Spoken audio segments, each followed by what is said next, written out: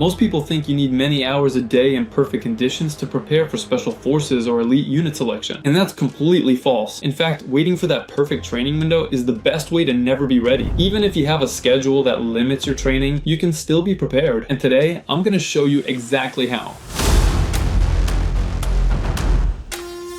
Because the reality is, you'll never have perfect conditions. And if you can't train consistently in less than ideal circumstances, you'll never be ready when it really counts. This video will give you a clear, practical framework to prepare for selection, even with a busy schedule. And we'll cover 5 main points: how to manage training time, what to prioritize when time is tight, how much training you need, how to structure your runs and rucks, and finally, a weekly structure you can follow. Now, let's dive right into it. First, let's talk about time management, because that's where most people sabotage themselves before they even start. Every Sunday, I want you to take an honest look at your upcoming week. Pull up your work schedule, family commitments, field time, appointments, everything that's going to make you unavailable. You need to see what time you actually have, not what you wish you had. Once you have your week laid out, you're going to block out your training windows. Personally, I use Google Calendar for this, but you can use any tool that works for you. But it's important to treat these slots like any major obligation or appointment that you just can't reschedule. These training blocks are non-negotiable, because if you keep letting them slide, you'll keep falling behind. We've had candidates preparing for selection while working 12-hour days on a mission schedule,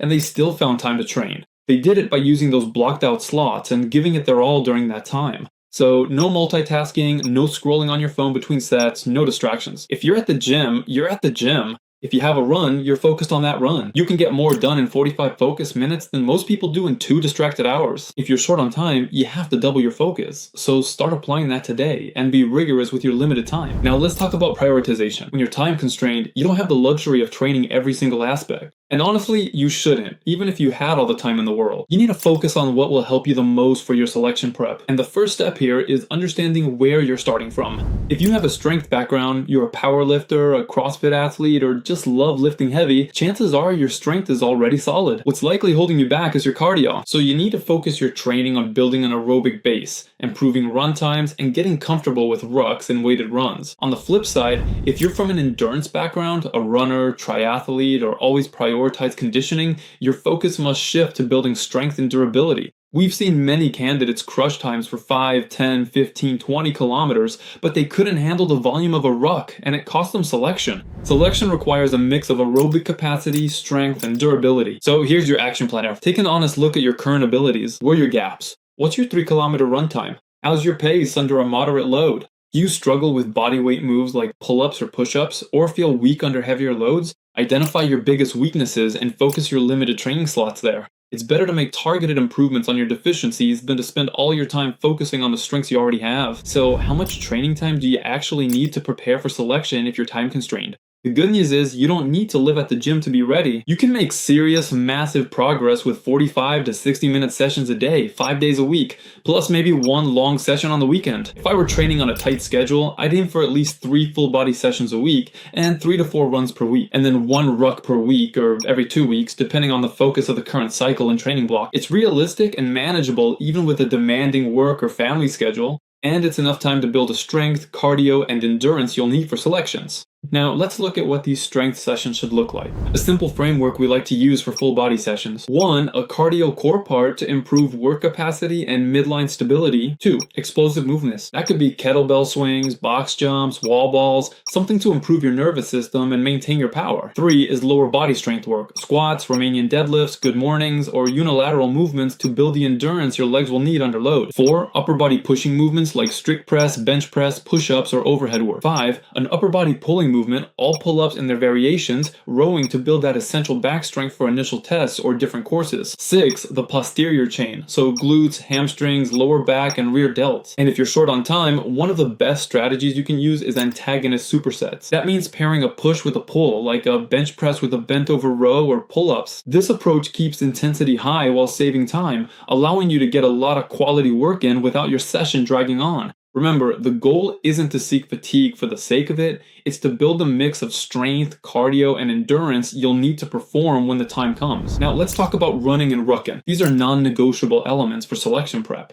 and you need a balanced approach if you want to perform well while avoiding unnecessary burnout or injury. First, running, you need a mix of low-intensity zone 2 work for base endurance and shorter high-intensity intervals. Both are important and both train different energy systems that you'll need at selection. You should aim for one interval session per week. That could be 400 meters, 800 meters, and other distances at a pace that feels hard but sustainable, with adequate rest between reps. These sessions are the biggest factor that will help lower your run times. Next, a medium short distance run each week, somewhere between 4 and 10 kilometers, at a moderate to hard effort. It's not a sprint, but it should feel uncomfortable and challenge your pace. And the rest of the session should be easy, base endurance, done at low intensity or a conversational pace. These runs will build your aerobic base without frying your recovery, which is vital if you're combining strength training and rucking on top. Now let's look at rucking and weighted runs. If your 3-kilometer time is over 12, 13, or 14 minutes, you need to prioritize running first. Don't skip stats. You'll get more benefit from improving your aerobic capacity and body mechanics before adding weighted work on top.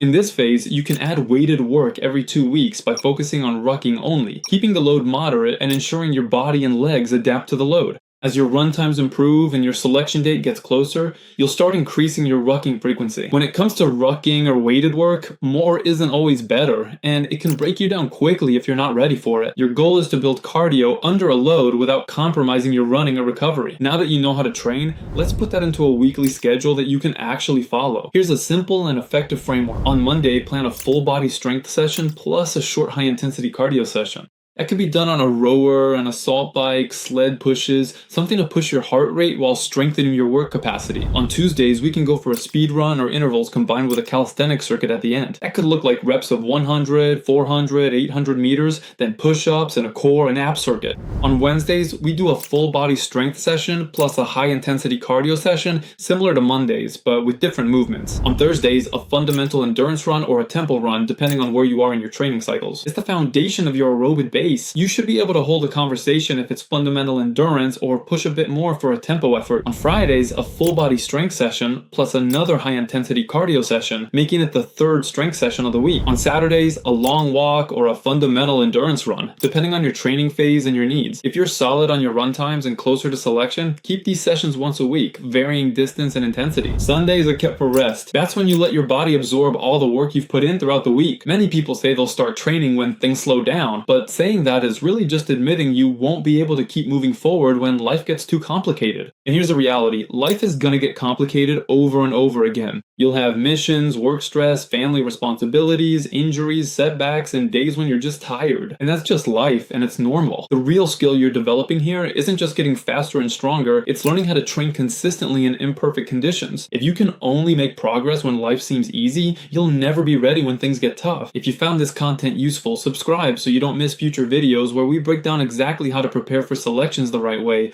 or at least our way. Do you want to structure your preparation with personalization that meets your high standards? Apply via the link in the description. Stay consistent, train smart, and we'll see you in the next video.